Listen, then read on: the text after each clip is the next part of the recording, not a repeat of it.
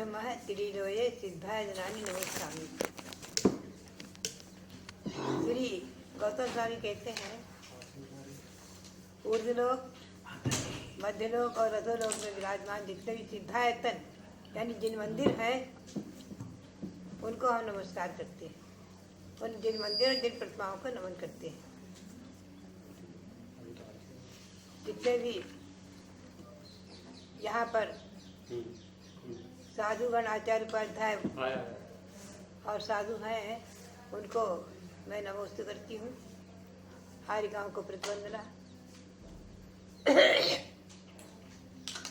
मेरे सामने ग्रंथ है तिलोय प्रणति। मैंने कल संक्षेप में नंदीश्वर द्वीप के बारे में चर्चा की थी कि नंदीश्वर द्वीप में 4 अंजनगिरी और 16 गजमुख, 32 रतिकर पर्वत, ऐसे 52 जिन मंदिर नंदीश्वर द्वीप में है। एक एक दिशा में 13 जिन मंदिर है, 13 पर्वतों पर। और वर्ष में नंदीश्वर पर 3 बार आता है। यद्यपि ये नियम है कि जितने भी अकृत्रिम जिन मंदिर हैं उन मंदिरों में हमेशा महा उत्सव होता ही रहता है। देवगण जाते रहते हैं असंख्यात, क्योंकि देवों की संख्या असंख्यात है। असंख्यातों देवों में संख्यातों देवगण फिर जिन मंदिर जिन प्रतिमाओं की अर्चा पूजा वंदना आदि क्या करते हैं, जाया आया करते हैं। क्योंकि नंदीश्वर द्वीप में न तो विद्याधर मंदिर जा सकते, ना चारणधारी मुनि जा सकते, क्योंकि 2.5 द्वीप से परे मनुष्यों का जन्म अथवा जाना आना असंभव है। शास्त्र के दिगंबर जैन ग्रंथों के अनुसार नहीं है। इसमें एक विशेष बात जो मुझे प्राप्त हुई है और मैंने सन 1975 में भी इसी तिलोय प्रणति ग्रंथ के अनुसार इंद्रसेन विधान की एक नंदीश्वर की जयमाला में भी ये भाव संजोए हैं।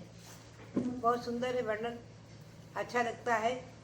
आपको मैं बताऊं, किन्हीं के लिए तो नया विषय लगेगा और किन्हीं का तो स्वाध्याय होगा तो विशेष आनंद आएगा। क्योंकि मैंने अनुभव किया है कि इन ग्रंथों की जितनी बार भी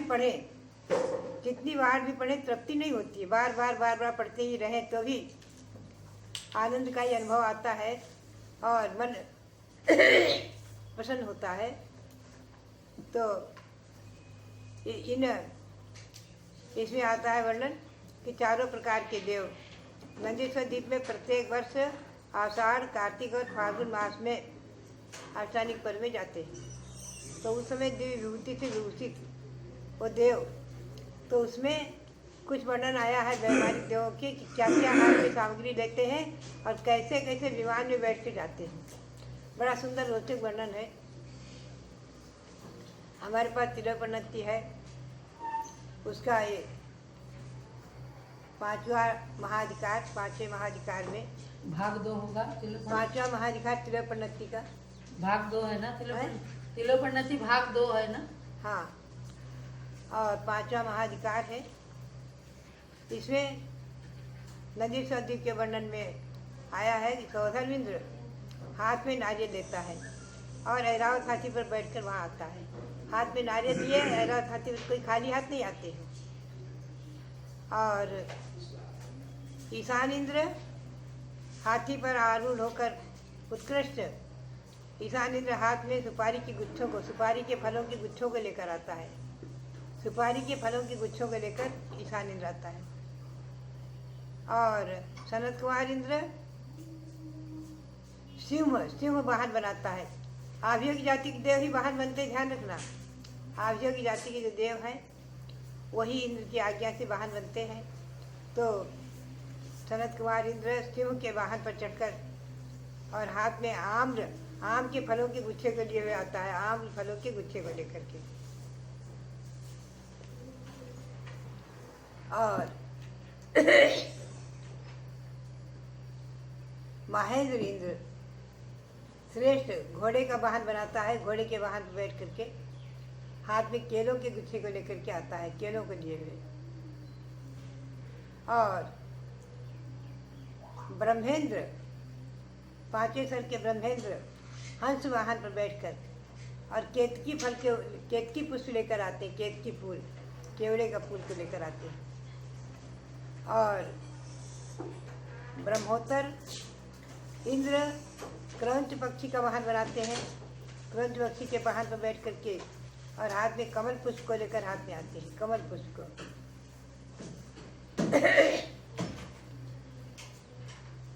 शुक्र इंद्र, शुक्रेंद्र जो है शुक्र सर के इंद्र चक्रवाक पक्षी, चकवा पक्षी का वाहन बनाते हैं। चकवा पक्षी के वाहन पर बैठते हैं, चकवा पक्षी के वाहन पर बैठकर और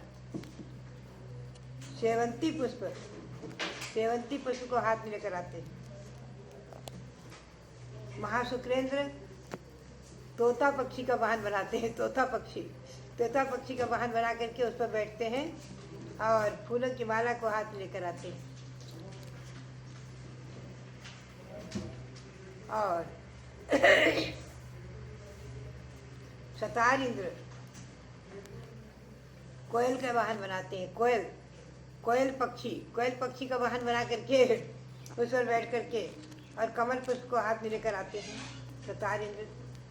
और सहस्रार इंद्र गरुड़ विमान का वाहन बनाते हैं। गरुड़ पक्षी का वाहन बनाते हैं और उस पर बैठ करके, उस गरुड़ के आकार का वाहन है, उस पर बैठ करके और अनार के फलों के गुच्छे को लेकर आते हैं।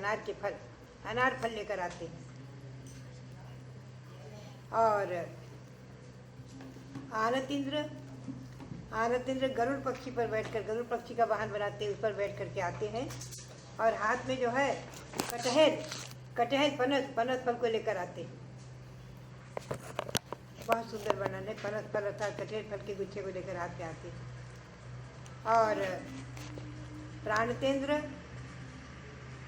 पद्म विमान, पद्म कमल का विमान बना करके उस पर बैठते हैं और हाथ में तुम्बरू फल के गुच्छे को हाथ में लेकर आते हैं। तुम्बरू फल क्या कहलाता? कोई फल होगा तुम्बरू फल, जो तुम्बरू नाम का ये कौन सा फल है। और आरणेंद्र कुमुद पुष्प का विमान बना करके उस पर बैठकर आते हैं और हाथ में पका हुआ गन्ने को लेकर आते हैं। और अच्युतेंद्र 16वें सर के इंद्र जो है वो मयूर के आकार का विमान बनाते हैं। मयूर के वाहन पर बैठ करके और श्वेत धवल को लिए हुए हाथ में आते हैं, ज्वर ढूंढते हुए आते हैं। माता जी, प्रश्न आया है कि क्या कटहल फल भगवान को चढ़ा सकते हैं? अब इसमें आया है और एक जगह और कहीं भी आया है कटहल फल का। तो कटहल को कठुमर में थोड़े लेते हैं, पंचोदंबर में नहीं लेते। कटुमर में नहीं लेते। कटहल फल को कटुमर में नहीं लिया, यहाँ पे चढ़ाने का प्रकरण आया है। हालांकि यहाँ की दिव्य सामग्री सब दिव्य है, लेकिन फिर भी ये फल ग्राह्य है, जब इन फलों के नाम इसमें आए हैं। आज भी हमने देखा है दक्षिण में कटहल चढ़ाने की परंपरा है। यहाँ भी संघ में हमने देखा है, हमारे यहाँ भी मोती चंद जी ब्रह्मचारी आज साल के रोहित कीर्ति आदि के कटहल फल चढ़ाते हैं। यहाँ बड़े बड़े कटहल फल को चढ़ा देते हैं। तो ये सब जो है शास्त्र में लिखा हुआ है। तिलोपन्नति ग्रंथ में 5वें महाधिकार में सब वर्णन आया हुआ है। गाथा नंबर ये 97-98 तक इसका वर्णन आया है। बहुत सुंदर वर्णन है कि कोश में तुम्बरू का अर्थ धनिया किया है। तुम्बरू का अर्थ धनिया किया कोश में, ऐसा लिख के भेजा। तुम्बरू का अर्थ धनिया किसी ने लिख के भेजा है। तुम्बरू फल देख लेना। और भी देखो कोश में कई एक अर्थ होते हैं। तो इन फलों के गुच्छों को ले करके सब आते हैं भगवंतों की पूजा करने। और विशेषता ये है कि ये 24 घंटे अखंड पूजा वहाँ चलती है। तो कल्पवासी देव पूर्व दिशा में रहते हैं 6 घंटे, भवनवासी देव दक्षिण में, जंतर देव पश्चिम दिशा में और ज्योतिषी देव उत्तर दिशा में। ऐसे क्रम से स्तुति आदि का उच्चारण करते हैं, अपनी अपनी विभूति के साथ आकर के और भगवान की भक्ति करते हैं। भगवंतों का दिव्य जल से अभिषेक करते हैं, अष्टदल से पूजा करते हैं आदि सब वहाँ अभिषेक पूजन आदि सब होता है।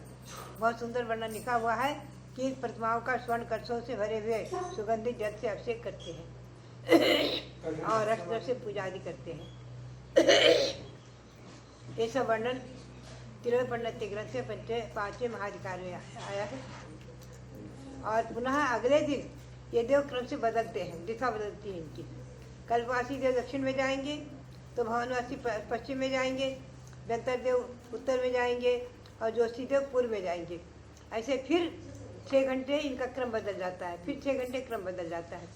तो 24 घंटे के अंदर ये चारों प्रकार के देव भगवंतों का अभिषेक और पूजन आदि कर लेते हैं। यानी 6-6 घंटे इनका क्रम बदलता रहता है दिशा के हिसाब से। ये बड़ी अच्छी व्यवस्था अनादि इधर सत्ता बनी हुई है। इसको न तो भगवान महावीर ने या सर्वज्ञ ने बनाई है और न कोई बनाते हैं, क्योंकि नंदीश्वर पर्व भी अनादि और ये देवों की व्यवस्था भी अनादि, पूजन परंपरा भी अनादि है।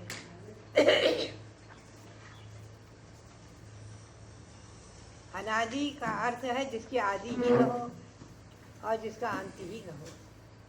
ये हमेशा हमें और आपको ध्यान में रखना है कि 2.5 द्वीप तक 5 भरत है, 5 ऐरावत है और 160 विधेय क्षेत्र हैं। तो 160 विधेय क्षेत्रों में शाश्वत अनादि अनंत चतुर्कालीन व्यवस्था ही रहती है। वहाँ काल परिवर्तन नहीं है, षटकाल परिवर्तन नहीं है। हमेशा चतुर्थकाल के प्रारंभ जैसी व्यवस्था, जैसे यहाँ चतुर्थकाल के प्रारंभ में व्यवस्था थी भगवान शब्देव के समय, वैसी ही व्यवस्था वहाँ हमेशा हमेशा रहती है। आज भी वहाँ है 160 विधेय क्षेत्र में। जम्बूद्वीप में 32 विधेय क्षेत्र हैं, तो 1 भरत 1 ऐरावत है। पूर्व धाती खंड में 32 विधेय क्षेत्र, 1 भरत 1 ऐरावत। पश्चिम धाती खंड में 32 विधेय क्षेत्र, 1 भरत 1 ऐरावत। ऐसे ही पूर्व पुष्करार्ध में और पश्चिम पुष्करार्ध में 32 विधेय, 1 भरत 1 ऐरावत। तो 5 भरत क्षेत्र और 5 ऐरावत क्षेत्र में ही षटकाल परिवर्तन होता है। आज हमारे यहाँ पंचम काल चल रहा है भरत क्षेत्र के आर्यखंड में, ऐरावत क्षेत्र में पंचम काल चल रहा है। ऐसे ही मैं समझती हूँ पूर्व धाती खंड, पश्चिम धाती खंड, पूर्व पुष्करार्ध, पश्चिम पुष्करार्ध में भी षटकाल परिवर्तन में पंचम काल चल रहा है। और 160 विधेय क्षेत्रों में शाश्वत कर्मभूमि ही है। तो पूजन परंपरा भी अनादि है और जिन प्रतिमाओं की परंपरा भी अनादि है। कृत्रिम जिन मंदिरों के निर्माण की परंपरा भी अनादि है। चतुर्थ काल में भी हरिश्चंद्र चक्रवर्ती ने, पूर्व में भरत चक्रवर्ती ने जिन मंदिरों के निर्माण कराए हैं। एक बार एक चर्चा आ गई सहज, किसी विद्वान ने कहा कि जो तीर्थंकर भविष्यकालीन अभी नरक में है, मान लीजिए जैसे राजा श्रेणिकाजीव, उनकी पूजा हम कैसे करें? तो हमने कहा ये बताओ कि चक्रवर्ती भरत ने त्रिकाल चौबीसी के मंदिर बनवाए हैं भरत कैलाश पर्वत पर। कहीं त्रिकाल चौबीसी न मानो 24 मंदिर तो बनवाए ही, 24 भगवंतों का तो ऐसा करते ही थे। तो ये बताओ कि उनके सामने उन्हीं का पुत्र मरीचि, जो अंतिम तीर्थंकर भगवान महावीर हुआ है, जब 24 तीर्थंकरों की प्रतिमा उन्होंने बनवाई, 24 तीर्थंकरों के घंटे बनवाए हैं, 24 तीर्थंकरों के तोरण द्वार बनवाए हैं, ये सब वर्णन आता है। तो भगवंतों की वाणी से उन्हें भी तो मालूम था कौन तीर्थंकर कहाँ है। एक कोड़ा कोड़ी सागर के बाद लगभग महावीर स्वामी अंतिम तीर्थंकर हुए हैं। तो बात यही है कि हम अतीतकालीन तो सिद्धों में विराजमान स्थित परमेष्टि, वर्तमान कालीन विद्यमान सभी शिथिरा पर पहुँच चुके हैं। लेकिन भविष्यकालीन तीर्थंकर जो है 5 भरत 5 ऐरावत के, ऐसे 10 चौबीसी का भी नाम आए हैं। और त्रिकाल चौबीसी के 720 भगवंतों की प्रतिमाएं भी मेरी प्रेरणा से यही क्षेत्र बनी है। शिखर जी में आचार्य श्री विमर्शार जी महाराज ने विराजमान कराई हैं और 24 भरत चक्रवर्ती 24 तो बनवाई ही थी, 24 भगवंतों की प्रतिमाएं। तो बात यही है कि हम उन तीर्थंकर भगवंतों की आराधना और पूजा करते हैं, न कि वर्तमान स्थिति में वो कहाँ है इसका चिंतन करके। जो भी हो, जब हम गौतम स्वामी ने स्वयं कहा है अतीता अनागत वर्तमान कालत्ते सिद्धानम। अतीत अनागत और भूतकालीन सभी सिद्धों का नमन हो। तो अनागत कालीन सिद्धों में हम और आप भी तो सम्मिलित हैं। ये चिंतन करने का विषय है। अनंत जीव सम्मिलित है, अनंत संसारी जीव सम्मिलित है। तो बात यही है, त्रिकालिक सिद्ध परमेष्ठी को नमन।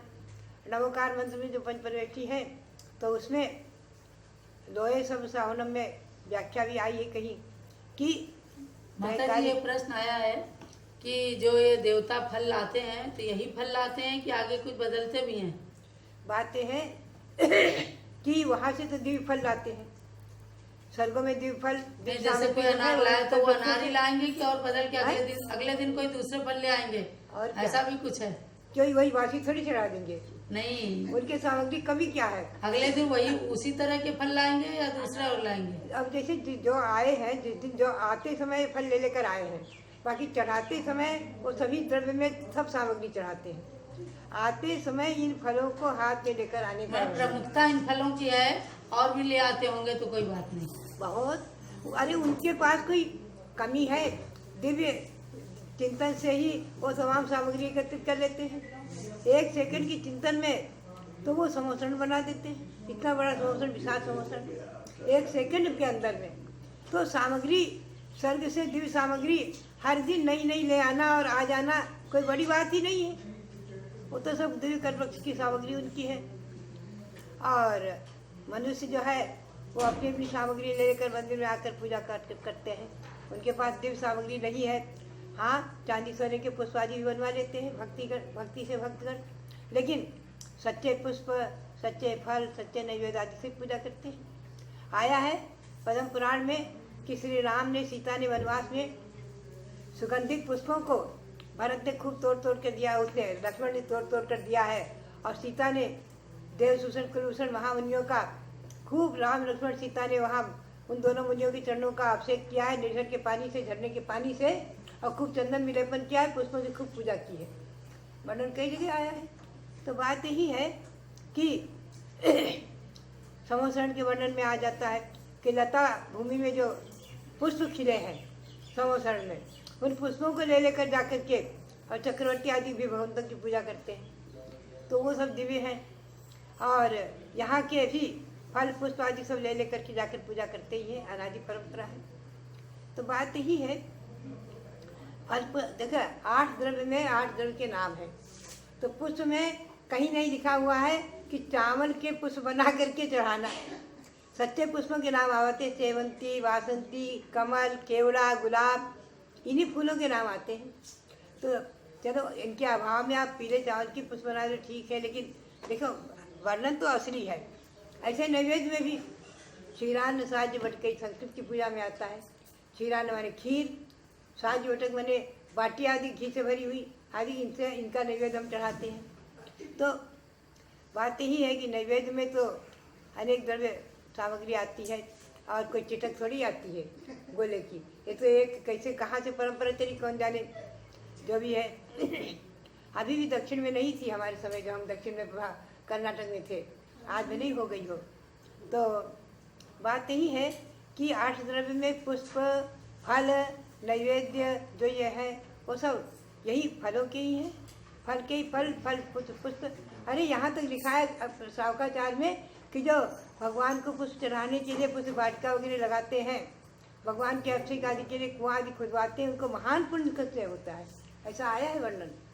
तो बात यही है कि ऐसा पूजा पद्धति आप देखें, विक्रम संवत 302 में श्री पूज्यपाल स्वामी ने पंचावत से एक पाठ बनाया है, उसमें 8 द्रव्य से पूजा का वर्णन भी आया है।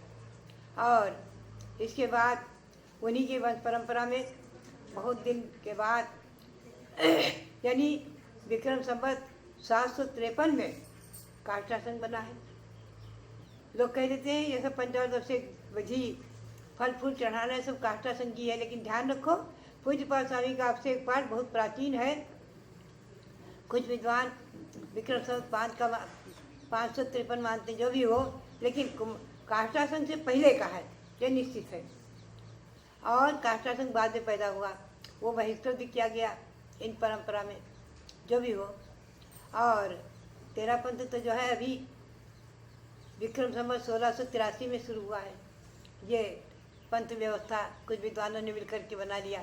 तो बात यही है कि देखा जाए तो पूजा पद्धति आज भी कर्नाटक में, महाराष्ट्र में, दक्षिण में और अवध प्रदेश में, अवध प्रांत में, मैंने जहाँ जन्म लिया चिकनगर आदि में, हमने देखा हमेशा हमेशा सब फल पुष्प चढ़ाए गए, पंचामृत आदि अब से होता रहा, कभी कोई विकल्प ही नहीं रहा। आज भी वहाँ नहीं है। अभी हमारा गत वर्ष चातुर्मास हुआ, देखा हर घर में दिव्य भगवान की पालकी यात्रा गई, हर घर में लोगों ने पंचामृत से क्या खूब फल फूल चढ़ाए, हर घर में जो है लोगों ने विवाह जैसा एक उत्सव जैसा माहौल बना दिया। तो बात यह है कि मंदिर में तो चढ़ाते ही है, खूब पुष्प चढ़ाते, फल चढ़ाते, नैवेद्य चढ़ाते, दूध आदि, बल्कि कहीं कहीं परंपरा है, गाय भैंस जो घर में रहती है, जब वो दूधन का नया आता है, यानी बछड़ा जन्म लेता है, उसके बाद जो दूध आता है तो पहले 10 दिन बाद पहले भगवान को दूध चढ़ाते हैं, भगवान का अभिषेक आदि करते हैं, वहाँ चढ़ाते हैं, तो उसको ग्रहण करते हैं। फल भी नया आता है तो पहले भगवान को चढ़ाएंगे, फिर उसको खाएंगे। ये परंपरा आज भी है, बहुत जगह है, बहुत देशों में हमने देखी, बहुत गांव में देखी, बहुत घरों में देखी है। तो बात यही है कि ये जो भी हो, खैर हमारा इसमें तो कुछ भी नहीं। आज वर्तमान में जो 13 पंथ और 20 पंथ चल रहे हैं, ठीक है, ये तो श्रावकों के पंथ है। आचार्य वीरसार महाराज कहते थे कि साधु तो कोई पंथी नहीं है, साधु तो आगम पंथी है, उनके 28 मूल गुण है, और सभी साधु के 28 मूल गुण है, आचार्यों के 36 है, 25 है उपाध्यायों के, अपने अपने मूल गुणों का पालन करते हैं। साधु के तो कोई पंथी ही नहीं है, आगम पंथी है। और श्रावकों में विभाजन है, जहाँ जो परंपरा है, ठीक है, मतभेद न करके और आगम के परिप्रेक्ष्य में जिनको जो रुचे सो करते रहे, ठीक है। लेकिन यहाँ मैंने ये नंदीश्वर पर्व के दिनों की जो इंद्रगण क्या क्या सामग्री हाथ में लाते हैं, जरा हमको अच्छा लगता है तो मैंने सुनाया आपको, अच्छा लगेगा आपको। ये तिलोपनति ग्रंथ है, बहुत प्रामाणिक है, यतिवृषभ आचार्य का बनाया हुआ है, और ये ग्रंथ अतीव प्रामाणिक। यतिवृषभ आचार्य ने कसाय पाउन पर चूर्णी सूत्र भी रचे हैं, और बहुत ही प्रामाणिक आचार्य हुए हैं, महान आचार्य हुए हैं। इनके द्वारा वर्णित ये तिलोपनति ग्रंथ और भी ग्रंथों में वर्णन है। तो बात यही है कि हमारे लिए हमारे पूर्वाचार्य सर्वज्ञ की वाणी का वर्णन करने वाले, बताने वाले जो पूर्वाचार्य हैं, उनकी वाणी सर्वज्ञ की वाणी है, सर्वज्ञ की वाणी का अंश है। आज परंपरागत है तो हम और आप आज सचमुच में इन ग्रंथों का स्वाध्याय करके अपने आप अपने जीवन को धन्य मान रहे हैं, धन्य कर रहे हैं। बात यही है कि ये करुणानियोग ग्रंथों का स्वाध्याय होना चाहिए, और हमें और आपको तिलोपनति श्लोक सार समझे ना समझे तो समझ में आए तो ठीक, नहीं समझ में आए तो ठीक, बार बार पढ़ेंगी तब समझ में आ ही जाएगा। अनेक बार पढ़ने से भी वो विषय समझ में आ जाता है, और जो नहीं भी आता है उसे छोड़ दें। जैसे मैंने सिद्धांत चिंतामणि टीका लिखी संस्कृत में, षटखंडागम ग्रंथ में, तो गणित का विषय जो था बहुत ही कृष्ण विषय, जो अलौकिक गणित का प्रश्न आ रहा है कि साधु को क्या पंचामृत अभिषेक देखना आगम सम्मत है? साधुओं को पंचामृत अभिषेक देखना क्या अनिवार्य है? देखिए बात यह है कि नंबर 1 तो आचार्य परंपरा में मैंने पाया, आचार्य सांसारिक को मैंने स्वयं दर्शन किया है। नीरा में, बारामती में और कुंठलगिरी एक महीना रहे तो बराबर वो प्रतिदिन पंचामृत अभिषेक देखते थे, नंबर 1। नंबर 2 आचार्य वीरसार जी महाराज ने भी हमेशा पंचामृत अभिषेक देखा जब भी आहार को उठे। इस परंपरा में विमल शाह जी को मैंने देखा, महावीर कृष्ण जी को परंपरा है, नंबर 1। नंबर 2 सुनो, जो हमारे भक्ति पढ़ने का विधान है, भक्तियों के पाठ का, तो नित्य नैमित्तिक क्रियाओं में, नैमित्तिक क्रिया में आया है अभिषेक वंदना। तो अभिषेक वंदना में 4 भक्ति पढ़ने का विधान है, 4 भक्ति पढ़ने का विधान है। देव वंदना में 2 भक्ति है, चैत भक्ति, पंचगुरु भक्ति, और अभिषेक वंदना में 4 भक्ति पढ़ने का विधान है, सिद्ध भक्ति, चैत्य भक्ति, पंचगुरु भक्ति और शांति भक्ति। तो इस अभिषेक वंदना में जो भक्ति पाठ आया है, इसके आधार से भी आचार्य श्री वीरसार जी महाराज, आचार्य श्री शिवसार जी, धर्मसार जी महाराज ये प्रमाण देते थे कि इन प्रमाणों के आधार से ही हम लोग अभिषेक देखते हैं, और दर्शन किए बगैर कभी आज तक आहार को नहीं उठे, दर्शन किए बगैर कभी आज तक आहार नहीं किया। ये मैंने अपनी परंपरा में पाया है। एक बार गिरनार के रास्ते में सन 1958 की बात है, कुछ कारणवश संघ की प्रतिमा हम लोग जहाँ थे वहाँ गांव नहीं था, श्रावकों को गांव नहीं मिला था, जंगल में थे। वहाँ तंबू का नाद लगा करके व्यवस्था बनाई थी आहार की। तो प्रतिमा संघ की जो थी चैत्यालय पीछे रह गया। तो जब तक चैत्यालय की प्रतिमा जी नहीं आई, आचार्य श्री ने आदेश दे दिया सब लोग सामायिक करो, मध्याह्न की सामायिक कर लो, क्योंकि 11:30 से लेकर के सामायिक का समय हो जाता है, आहार तो नहीं उठते फिर। तो सामायिक के काल में आहार तो नहीं उठते प्रसंग में, चाहे बारिश हो चाहे जैसी प्रसंग हो, परिस्थिति हो, तो सामायिक करने के बाद आहार को उठते। बोले सब लोग सामायिक करो। उसके बाद जो प्रतिमा जी आ गई, उनका अभिषेक हुआ, सबने दर्शन किए।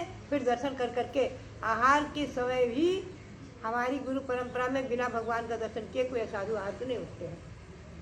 तो इसीलिए संघ में प्रतिमा रखने का आदेश आचार्य श्री वीर साहब ने हमें दिया था।